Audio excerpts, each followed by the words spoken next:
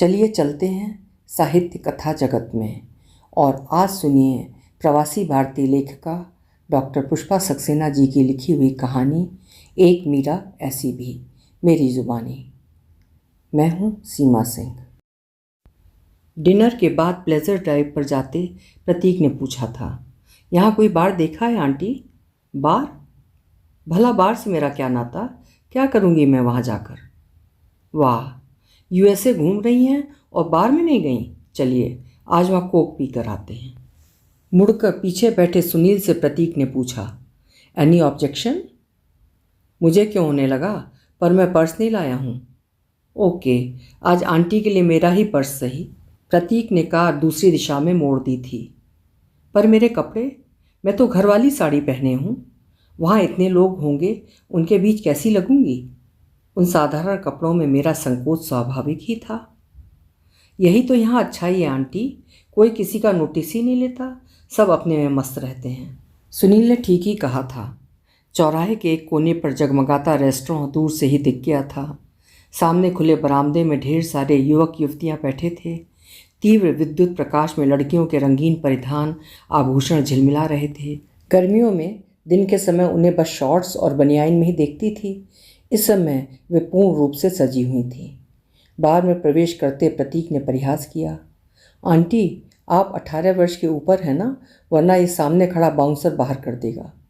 यहाँ के बार में 18 वर्ष से कम आयु वाले नहीं आ सकते, इसीलिए हम अपना आइडेंटिटी कार्ड अपने साथ रखते हैं। देवाशीष, तू अपना कार्ड लाया है ना? मेरी फिक्र मत कर, इतना स्मार्टली निकल जाऊंगा कि तू देखता रह जाएगा। Take care of aunty. Devashish अपने भुलक्कड़ स्वभाव के लिए मित्रों के मध्य प्रसिद्ध था। बालों को संवारता देवाशीष सबसे आगे निकल गया था। मेरी बार की कल्पना को झुठलाता वो बार भारत के किसी रेस्टोरेंट जैसा लगा था। वही उत्फुल्ल वातावरण, वही रंगीन जलता बुझता प्रकाश अपनी आभा बिखेर रहा था। कॉलेज हॉस्टल निकट होने के कारण अधिकांश भीड़ युवा विद्यार्थियों की थी। अंदर किसी उत्सव का सदृश्य था। साथ बैठे युवक युवतियां नितांत स्वाभाविक थे। बीच बीच में एक दूसरे के प्रति स्नेह प्रदर्शन हेतु चुम्बन लेना, कंधे या कमर गुदगुदाना अब बहुत सामान्य सा लगने लगा था। हॉल के मध्य हमने जो जगह अपने बैठने के लिए चुनी, वहाँ से पूरे हॉल का दृश्य स्पष्ट दिखाई देता था। प्रतीक और सुनील पेप्सी लेने काउंटर पर चले गए थे। ये शीतल पेय यहाँ कोक की प्रतिस्पर्धा में तेजी से उभर आया है। दाहिनी ओर दृष्टि जाते ही निगाह उस अकेली लड़की पर ठहर गई। खिड़की के पास वाली टेबल पर गिलास और बोतल के साथ सबसे उदासीन एवं शांत बाहर ताक रही थी। प्रतीक के आते ही मेरे मुंह से निकल गया था, इतनी भीड़ में यहाँ उसे अकेली देखकर बड़ा ताज्जुब हो रहा है। दृष्टि मुड़ते ही प्रतीक ने कहा था, ओह वो तो वर्जीनिया है, कभी न लौटने वाले का इंतज़ार कर रही है बेचारी। क्यों, क्या उसकी मृत्यु हो गई और इसे पता नहीं? अरे नहीं आंटी, आप उस ऋषि पत्नी शापग्रस्त अहिल्या की कहानी जानती हैं? हमारे एक भारतीय भाई ने इसे अहिल्या बनाकर छोड़ दिया है। मिलना चाहेंगी? उसके बारे में कुछ बताओगे तभी तो। अपने में बंद प्रस्तर प्रतिमा समझ लीजिए, लाख कोशिशों के बावजूद कोई उसे पिघला नहीं सका है। आइए ना। प्रतीक के साथ जबरन खिंची सी चली गई थी। टेबल के पास पहुंचकर प्रतीक ने कहा था, hi Virginia, meet my aunty from India. India शब्द ने मानो उसे सचेत कर दिया था। बड़ी बड़ी उदास पलकें मुझ पर निबद्ध कर झुका ली थीं। बैठने का निमंत्रण मिले बिना ही सामने की कुर्सी बाहर खींच प्रतीक ने मुझे बैठने का संकेत किया था। वर्जीनिया के मौन को प्रतीक की बातें मुखरित कर रही थीं। जानती हो, लिखना आंटी की हॉबी है। अभी थोड़ी देर पहले 10 स्टूडेंट्स का इंटरव्यू ख़त्म किया है। आंटी, आप वर्जीनिया का इंटरव्यू ले लीजिए। तुम अपना इंटरव्यू कब दोगी वर्जीनिया? नाइस मीटिंग यू, मुझे जाना है। अपना आधे से अधिक पेय और हमें छोड़ पर्स उठा वर्जीनिया चली गई थी। प्रतीक मेरे समक्ष बहुत लज्जित हो उठा था। आंटी, यही तो ट्रेजेडी है, बहुत सेंटिमेंटल है वर्जीनिया। जब से रवि गया है अपने को एकदम अकेली कर लिया है। कभी हर डांस पार्टी की जान हुआ करती थी वर्जीनिया। शायद कोई भारतीय लड़की भी अपना अफेयर इतना सीरियसली नहीं लेगी। घर लौटते समय भी प्रतीक वर्जीनिया की ओर से सफाई दिए जा रहा था। देवाशीष झुंझला उठा था, अब बस भी कर यार, तूने तो हद ही कर दी। बिना बात आंटी को बोर कर रहा है। हाँ आंटी, आपने डिफरेंस देखा? यहाँ बार में लोग एंजॉय करने आते हैं, ड्रंक होने नहीं। कितना संयत वातावरण था ना। हमारे यहाँ की मधुशालाओं का सा हो हल्ला कहीं नहीं मिलता। कहकर मैं मौन रह गई थी। कल्पना में वर्जीनिया का उदास मुख उभर रहा था। अपार्टमेंट में पहुंचकर प्रतीक से प्रश्न किया था, कौन था रवि, कहाँ चला गया है? आप अभी उसी के बारे में सोच रही हैं ना आंटी? हाँ, कुछ उत्सुकता तो हो ही गई है। तूने उसे अहिल्या जो कहा था। दुख तो यही है उसे। अहिल्या का रूप देने वाला रवि कोई महर्षि या महात्मा नहीं, एक बुजदिल कायर, बल्कि मेरी दृष्टि में निहायत गिरा हुआ इंसान था। एक मामूली देसी ब्रांड दंत मंजन के साथ, रामायण और गीता की प्रतियों के साथ यहाँ आया था। पिता भारत के किसी मंदिर के पुरोहित थे। उन्हीं के एक यजमान की कृपा से यहाँ आने का खर्चा तो जुट गया था, पर यहाँ की पढ़ाई की भारी फीस और अन्य खर्चों के लिए उसके साधन अपर्याप्त थे। हॉस्टल के कुछ लड़कों के साथ रवि ने कारें धोने का काम शुरू कर दिया था। कॉलेज से लौटने के बाद सड़क के किनारे ट्रैफिक के पास खड़े होकर लड़के बारी बारी से कार वॉश की आवाज़ लगाते थे। सिर्फ $3 में वे लड़के कार धोकर चमका देते थे। उस दिन ट्रैफिक लाइट के पास वर्जीनिया की गाड़ी जैसे ही रुकी, रवि ने पास जाकर निहायत सादगी से कहा था, कार वॉश कराएंगे मिस? बस $3 में हमारा भला हो जाएगा। उसके कुर्ते पजामे के परिधान ने वर्जीनिया को प्रभावित किया था। धूप की गर्मी से रवि का गौरवर्ण ताम्रवर्णी हो गया था। कहाँ ले जानी होगी गाड़ी? कुछ कौतुक से पूछा था वर्जीनिया ने। बस उस सामने वाली बिल्डिंग के पीछे। अपनी उपलब्धि पे रवि खिल उठा था। Jump in. फिर लाइट हरी होते ही रवि कार में बैठ चुका था। वर्जीनिया को मेपल की शीतल छाया में बिठा लड़के उसकी कार धोने में जुट गए थे। हॉस्टल के पीछे वॉलीबॉल ग्राउंड के निकट उन्होंने कार वॉश के लिए स्थान बना लिया था। वर्जीनिया उन परिश्रमी लड़कों को आश्चर्य से देख रही थी। रवि उन सबसे अलग उसे मुग्ध कर रहा था। वर्जीनिया ने 3 की जगह $5 देने चाहे तो उन्होंने दृढ़ता से अस्वीकार कर दिया था। हमारा पारिश्रमिक बस $3 हैं, थैंक्स मिस। चलते चलते वर्जीनिया ने रवि से पूछा था, क्या करते हो यहाँ? फ़िलॉसफी में PhD करने आया हूँ। ओह, तो तुम फ़िलासफ़र हो। भारतीय धर्म और दर्शन को नज़दीक से जानना चाहती हूँ, मदद कर सकोगे? आप क्या सचमुच भारतीय धर्म दर्शन जानना चाहती हैं? रवि विश्वास नहीं कर पा रहा था। क्यों? इसमें आश्चर्य की क्या बात है? इंग्लिश लिटरेचर में पोस्ट ग्रेजुएशन कर रही हूँ। टैगोर और अरविंद मेरे फेवरेट हैं। पर आपके लिए मेरे पास समय कब होगा? देख रही हैं ना, क्लासेस के बाद यहाँ कार वॉश करके अपना खर्चा चलाता हूँ। रवि मानो लज्जित सा हो उठा था। अगर मैं तुमसे पढ़ूंगी तो तुम्हारा पारिश्रमिक भी तो मुझे देना होगा ना। कार वॉश के समय मुझे पढ़ाना होगा, तुम्हारे खर्चे पूरे करना मेरी जिम्मेदारी है, ठीक है ना? वर्जीनिया कुछ शैतानी से मुस्कराई थी। अपने धर्म दर्शन का ज्ञान देने के लिए आपसे पारिश्रमिक लूँ? रवि का असमंजस देख वर्जीनिया हंस पड़ी थी। देखो रवि, हम अमेरिकन्स डीलिंग्स में बहुत फ्रैंक होते हैं। तुम मेरे लिए अपना समय दोगे, उसका मूल्य चुकाना मेरा फ़र्ज है। प्लीज़ से यस रवि। वर्जीनिया का अनुरोध ऐसा था कि रवि को हाँ करनी ही पड़ी थी। नगर के प्रसिद्ध उद्योगपति की दुलारी बेटी थी वर्जीनिया। सौंदर्य और बुद्धि का अद्भुत संगम था उसमें। अपने हंसमुख स्वभाव के कारण वो हर महफिल की जान हुआ करती थी। न जाने कितने भ्रमर सदस्य युवा उसके आसपास घूमते थे, पर उसे तो शायद रवि की ही प्रतीक्षा थी। रवि ने मानो अपना पैतृक व्यवसाय आधुनिक परिवेश में ढाल लिया था। मंदिर ले जाके वर्जीनिया से कहा था, जानता हूँ ये पत्थर की मूर्तियाँ तुम्हें निर्जीव लगेंगी, पर अगर सच्चे मन पूरे विश्वास से इनकी ओर देखो तो ये तुमसे बोलेंगी। देखो, वहाँ भगवान राम हम दोनों को देखकर मुस्कुरा रहे हैं। सीता माँ तुम्हें आशीष दे रही हैं। रवि ने श्रद्धापूर्वक हाथ जोड़कर नैन बंद कर लिए थे। सच रवि? वर्जीनिया रवि की विश्वासपूर्ण वाणी से मानो बंधकर रह गई थी।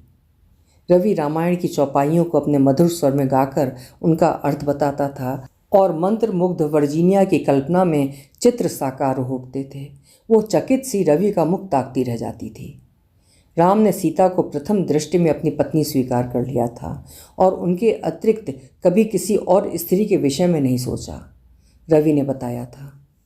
अमेरिका में जन्मी पली वर्जीनिया को रवि की कहानी बहुत मनोमुग्धकारी लगती थी। क्या भारत के सब पुरुष ऐसे ही होते हैं? तुम भी रवि? वर्जीनिया का कौतूहल बढ़ता जा रहा था। मैं भी तो विशुद्ध भारतीय हूँ, उनसे अलग कैसे हो सकता हूँ? पर पुरुष क्या, वहाँ की स्त्रियाँ तो अपने पुरुष के लिए हंसते हंसते प्राण भी त्याग देती हैं। सीता ने पति के साथ जंगल में 14 वर्ष स्वेच्छा से रहना स्वीकार किया था। राजस्थान में पति की मृत्यु पर स्त्रियाँ जौहर किया करती थीं। रवि ने वर्जीनिया को न जाने कितनी पतिव्रता सती नारियों की कहानियाँ सुना डाली थीं। वर्जीनिया ने रवि के साथ नियमित रूप से मंदिर जाना शुरू कर दिया था। भारतीय धर्म और दर्शन पर न जाने कितनी पुस्तकें पढ़ डाली थीं। वर्जीनिया ने जब शाकाहारी भोजन शुरू किया तो रवि भी विस्मित हो उठा था। भला तुम ये भोजन साध सकोगी? क्यों? क्या कंदमूल खाकर सीता 14 वर्ष वन में नहीं रही थी? उसके उत्तर ने रवि को मौन कर दिया था। अब वर्जीनिया ने हिंदी भी पढ़नी शुरू कर दी थी। मंदिर में तन्मय भजन गाती वर्जीनिया से रवि ने कहा था, विश्वास तो नहीं पर न जाने क्यों लगता है तुम में मीरा की आत्मा है। क्या ये हो सकता है रवि? अपने मीरा के रूप की कल्पना ने वर्जीनिया को उत्साहित कर दिया था। क्यों नहीं, हम भारतीय तो पुनर्जन्म में पूर्ण विश्वास रखते हैं। तुम ही सोचो, भारत से हजारों मील दूर भला तुम्हारे मन में भारतीय धर्म दर्शन जानने की चाह क्यों उठी?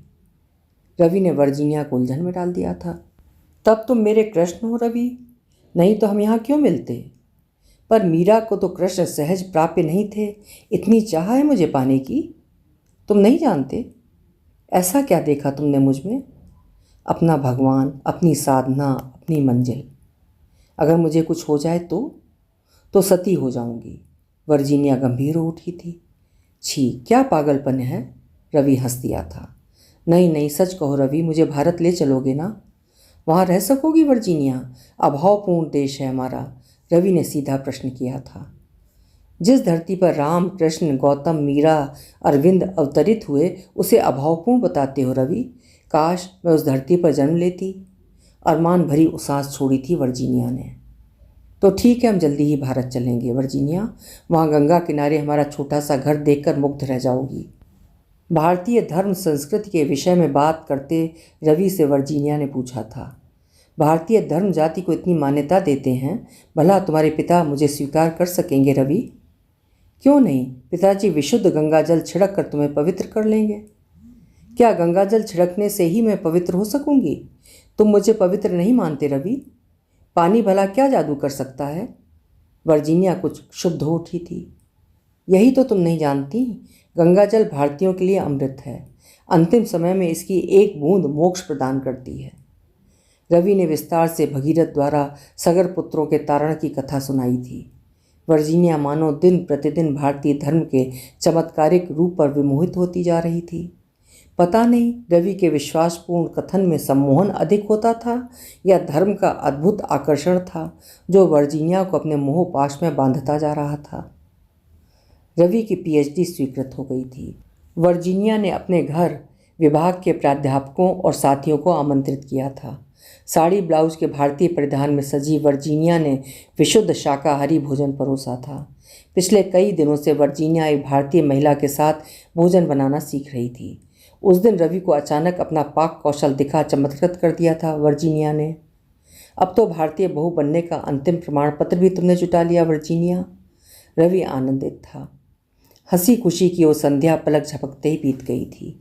अतिथियों को विदा देने के बाद रात्रि के मादक क्षणों में रवि अपना संयम विवेक भूल वर्जीनिया को पाने को व्याकुल हो उठा था। वर्जीनिया को बाहुपाश में जकड़ उसके अधरों पर अपने अधर धर रवि सीमा से आगे बढ़ने लगा था। तभी वर्जीनिया ने उसके उन्मत्त उबाल पर ठंडे पानी के छींटे मार दिए थे। छी, ऐसा व्यवहार तुम्हें शोभा नहीं देता रवि। तुमने ही तो बताया था कि शरीर का मिलन विवाह के बाद ही संभव है। उसमें अब देरी कितनी है? कुछ ही दिनों में तो हम विवाह बंधन में बंधने वाले हैं ना। Let's forget everything, come on darling. Ravi उन्मत्त था। नहीं नहीं, ये असंभव है, तुम अपने को भूल रहे हो। मैं तुम्हें पाप नहीं करने दूंगी। दृढ़ता से वर्जीनिया ने रवि को परे कर दिया था। शारीरिक मिलन हमारे पवित्र प्यार को दृढ़ करेगा। इस मिलन के बिना प्रेम अपूर्ण है। रवि जिद कर रहा था। तो वो प्यार नहीं है रवि। मीरा ने क्या अपने कृष्ण से शारीरिक संबंध स्थापित किए थे? नहीं रवि, ये असंभव है। उन्मत्त रवि को वहीं छोड़ वर्जीनिया बाहर चली गई थी। पता नहीं रवि ने स्वयं को अपमानित अनुभव किया था या लज्जित। दूसरे दिन रवि को पिता की गंभीर बीमारी का तार मिला था। एकमात्र पुत्र की उपस्थिति नितांत आवश्यक थी। तुरंत लौट आने के निर्देश स्पष्ट थे। रवि के विवर्ण मुख को देख वर्जीनिया ने धीरज बंधाया था। भगवान में विश्वास रखो रवि, मैं तुम्हारे साथ चलूँगी। मैं जानती हूँ मेरी प्रार्थना पिताजी का अनिष्ट नहीं होने देगी। नहीं वर्जीनिया, अभी तुम्हारा मेरे साथ जाना ठीक नहीं है। पिताजी को तो मैं समझा लूँगा, पर वहाँ परिवार के ना जाने कितने लोग इकट्ठे होंगे। तुम्हारी उपस्थिति शायद उन्हें सह ना हो। किसी भी स्थिति में तुम्हारा अपमान मैं नहीं सह सकता। मेरा मान अपमान सिर्फ मेरा ही तो नहीं है रवि। मान लो पिताजी को कुछ हो गया तो मैं उनका आशीर्वाद भी ना पा सकूँगी। नहीं, इस समय तुम्हारे जाने से बहुत सी प्रॉब्लम आ सकती हैं। मैं पहुँचते ही तुम्हें कांटेक्ट करूँगा। Have faith in me darling. Virginia ने ही रवि का टिकट खरीद शुभकामनाओं के साथ उससे विदा किया था। समाचार शीघ्र देने का अनुरोध करती वर्जीनिया के कंधे स्नेह से थपथपा रवि चला गया था। 1 माह तक रवि की कोई सूचना न पा वर्जीनिया व्यग्र हो उठी थी। रवि मेरे ही हॉस्टल में रहता था। रवि के साथ वर्जीनिया से कई बार मिला था। वर्जीनिया को मैंने ही समझाया था। हमारी भारतीय परंपरा में मृत्यु के बाद बहुत से रीति रिवाज होते हैं। रवि अकेला बेटा है। शायद उन दायित्वों को पूरा करते उसे पत्र लिखने का समय ही नहीं मिला हो, या फिर उसके पिता अभी गंभीर हालत में हों। कुछ पलों को वर्जीनिया आश्वस्त दिखी थी। फिर उसने कहा था, मैंने भारत जाने का निश्चय कर लिया है प्रतीक। कठिनाई के समय रवि का साथ देना मेरा कर्तव्य है। शायद वर्जीनिया ने जाने की तैयारी शुरू भी कर दी थी। तभी रवि का पत्र मुझे मिला था। बहुत सफाई देने के बाद रवि ने सत्य मुझे लिखा था। पिता की गंभीर हालत का तार झूठा था। पिता के किसी शुभचिंतक मित्र ने रवि और वर्जीनिया की प्रगाढ़ मैत्री का सविस्तार वर्णन उन्हें लिख भेजा था। एकमात्र पुत्र विधर्मी विदेशी लड़की से विवाह कर कुल कलंकित करे, इससे तो मृत्यु भली। यही नहीं, जिन यजमान की कृपा से रवि को अमेरिका जाने का सौभाग्य प्राप्त हुआ था, उनकी कन्या अमेरिका से पीएचडी प्राप्त रवि के आने की प्रतीक्षा में ही अब तक अविवाहित थी। उच्च ब्राह्मण कुल में जन्मे, ऊंची अमेरिकन डिग्री प्राप्त रवि को अपना दामाद बनाने में यजमान ने विलंब नहीं किया था। लाखों की जायदाद का उत्तराधिकारी उन्हें रवि जैसा जमाता ही चाहिए था। उनकी दूरदर्शिता ने रवि को पहले ही जांच परख कर अमेरिका भेजा था। रवि ने लिखा था कि उसने पिता के समक्ष अपनी स्थिति स्पष्ट करने की बहुत चेष्टा की, पर पिता अपने हठ पर दृढ़ रहे। उन्होंने रवि से स्पष्ट कह दिया था कि वो विधर्मी विदेशी लड़की उनकी मृत्यु के बाद ही उनके घर आ सकती है। साथ में रवि के विवाह न करने की बात पर भूख हड़ताल कर अपने प्राण त्यागने का अडिग निर्णय भी उन्होंने सुना दिया था। माता के अभाव में जिस पिता ने उसे सीने से लगाकर पाला, उसकी आज्ञा की अवहेलना कर पाना रवि के लिए कैसे संभव हो पाता। जिस दिन वो सेहरा बांध भारत से विवाह को चला था, उसी दिन उसके अस्वस्थ पिता की मंगल कामना हेतु वर्जीनिया ने पूरे दिन का व्रत रखा था। रवि ने उसे व्रत का महत्व अच्छी तरह समझा रखा था। ठीक विवाह के मुहूर्त पर वर्जीनिया ने अपना व्रत तोड़ा था। शायद शहनाई और वर्जीनिया के पूजन की शंखध्वनि एकाकार हो गई होंगी। रवि ने स्पष्ट लिखा था, अपने विवाह की सूचना वर्जीनिया को देने का उसमें साहस नहीं, यह दायित्व मुझे ही पूर्ण करना था। Coward cheat. प्रतीक बात करते करते दांत भींच बुदबुदा उठा था। आप ही सोचिए आंटी, अगर उसमें इतना भी साहस नहीं था तो बेचारी वर्जीनिया के सामने इतनी ऊंची ऊंची महानता की बातें करने का उसे क्या अधिकार था। उसके सामने तो एक दृढ़ प्रतिज्ञ पुरुष का चित्र साकार किया और आवश्यकता के समय जरा सी धूप में मोम सा बिखर गया। एक बार तो जी चाहा था वर्जीनिया से कह दूं कि रवि की मृत्यु हो गई। ये सच भी था ना आंटी। वो रवि तो मर ही गया था जिसने वर्जीनिया को प्यार किया था। ये तो एक कायर नया रवि था, भारत के गणमान्य धनी व्यक्ति का दामाद। पर मेरी बात सुन क्या उसकी दीवानी वर्जीनिया अपने को रोक पाती? उसकी आत्मा की शांति के लिए गंगा तट पर न पहुंच जाती? अंततः परिस्थिति उसे बता ही दी थी। मेरी बात शांति से सुन। एक पल जड़ दृष्टि से मुझे ताक कर कार में बैठकर चलती थी। उसे पुकारता पीछे भागा था मैं, पर शायद पूरा एक्सेलेटर दबा दिया था उसने। इसी बार में आकर पूरी बोतल गले के नीचे उतार ली थी। रवि के साथ उसने मदिरा पूरी तरह त्याग दी थी। किसी ने रोकना चाहा तो ऐसी दृश्य से वर्जना की कि वो सहम गया। तब से रोज़ शाम यहाँ वो आती है, ऐसे ही अकेली बैठ वापस चली जाती है। कई युवाओं ने मित्रता का हाथ बढ़ाया, पर वो तो बस चलती फिरती अहिल्या बनकर रह गई। काश कोई राम उसका उद्धार कर पाता। प्रतीक की आवाज़ भारी हो गई थी। Poor Virginia. नहीं, वर्जिन मीरा। अनजाने ही मैं बुदबुदा उठी थी। अभी आप सुन रहे थे डॉक्टर पुष्पा सक्सेना जी की लिखी हुई कहानी एक मीरा ऐसी भी। आशा है आपको कहानी अच्छी लगी होगी। कल फिर मिलेंगे। आपका समय शुभ हो।